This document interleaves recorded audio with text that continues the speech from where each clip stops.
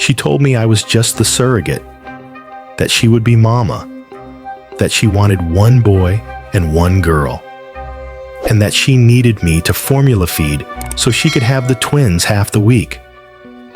I wish I were exaggerating. I wish this were fiction, but it isn't.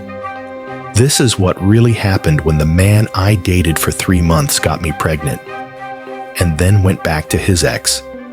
And that ex decided my babies were hers. Let me take you back to the beginning, because you need to understand how something this unthinkable slowly became my terrifying reality. I was 29. I met Joe, 30, and we clicked quickly. It wasn't some whirlwind fairy tale, but for those 3 months, we were together. Until suddenly, we weren't. Joe ended things and went back to his ex-girlfriend, Kim. No drama, no fireworks, just over. It wasn't until after he left that I found out I was pregnant with twins. I called Joe to let him know. I expected hesitation, regret, maybe even anger. But what I got was ecstasy. Joe was thrilled. And that's when the first puzzle piece clicked into place. He told me Kim had fertility issues, that she would likely never be able to conceive naturally, and he had always wanted to be a father, but getting back together was off the table. For both of us, I made it very clear. We weren't going to be a family, but he could be involved as a father. At least, that's what I thought I agreed to, until Kim asked to meet me. I arrived at their house, nervous, but trying to stay open-minded. Kim greeted me with a tight smile and then launched straight into her expectations. She told me she wanted to be involved in the pregnancy because she would eventually be the children's stepmother. But it didn't stop there. She demanded I have a home birth. She demanded I formula feed the babies so she could have them overnight. She wanted one boy and one girl, and she wanted them to call her Mama, while I'd be Mommy. She said it all as if we were co-parents, as if I was just the body, the vessel, the incubator. I sat there, trying to stay calm, while something inside me screamed.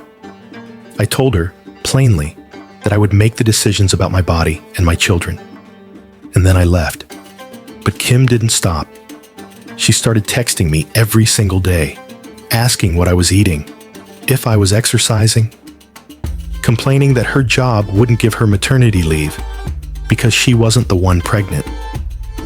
At the virtual genetic counseling appointment, she showed up instead of Joe.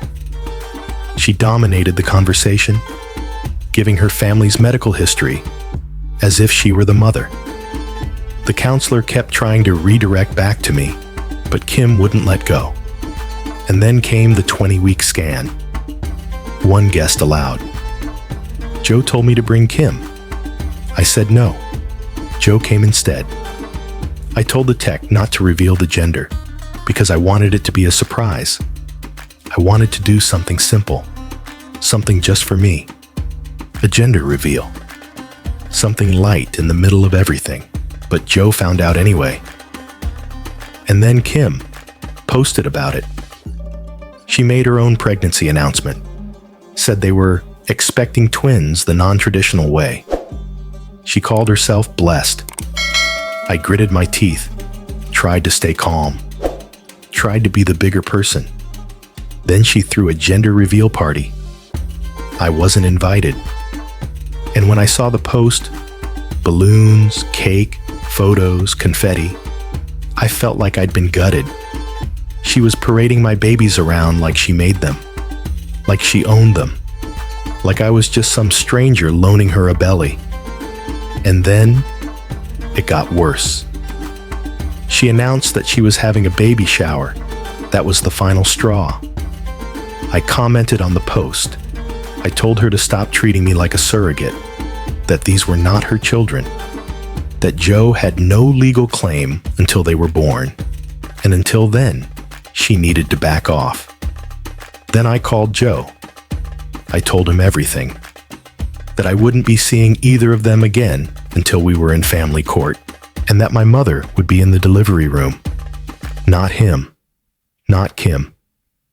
Then Kim's family started calling. Her mother told me to give her one of the babies, like I was handing out party favors.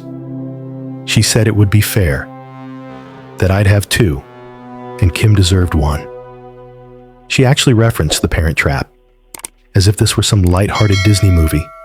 No, this is my life, my body, my children. So I stopped all contact. I lawyered up. That's when I started to wonder, was this planned? Joe and I had used condoms. I don't tolerate hormonal birth control well, and I'd been waiting to get a copper IUD. But still, the timing, it nagged at me. Was I chosen? Was I targeted? Was I just the fertile girl to fill their empty crib? I didn't want to believe it. But then came Thursday. Someone sent Kim a screenshot of my post. She showed up at my job. She vandalized my car. She smashed the windows of the office. I work with children, so when she did that, she was arrested not just for property damage, but for child endangerment. That arrest may have saved me. I filed for an order of protection, not just against Kim, but against Joe too. I couldn't take any chances. My lawyer confirmed what I feared. In my state, Joe couldn't be denied paternity, but until the babies were born, he had no legal rights. So I moved.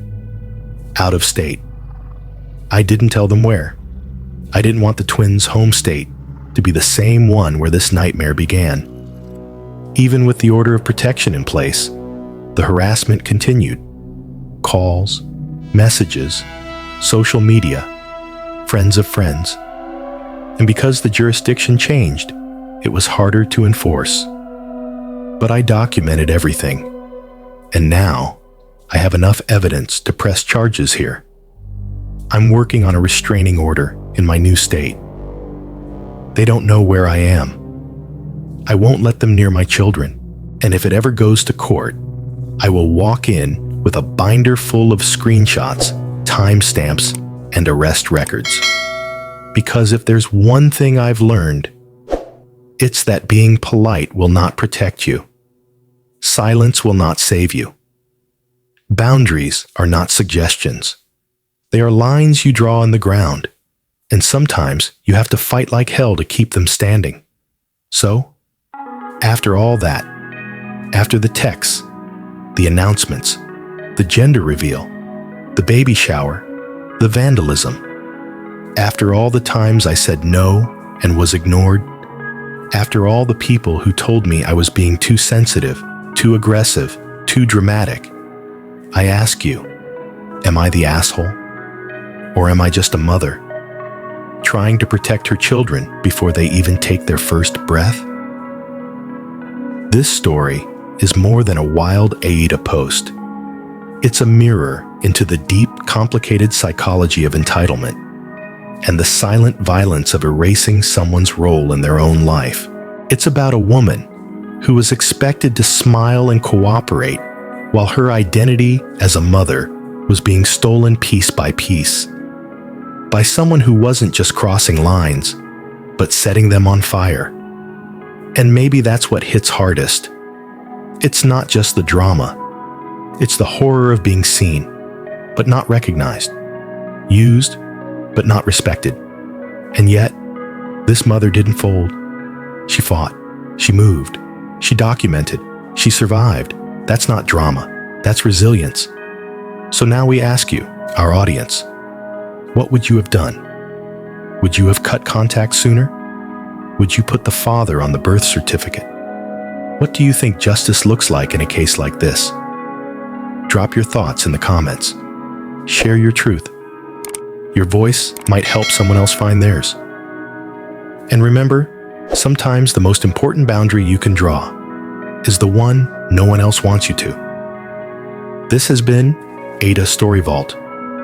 Stay safe, stay loud, and never forget, You have the right to protect your peace.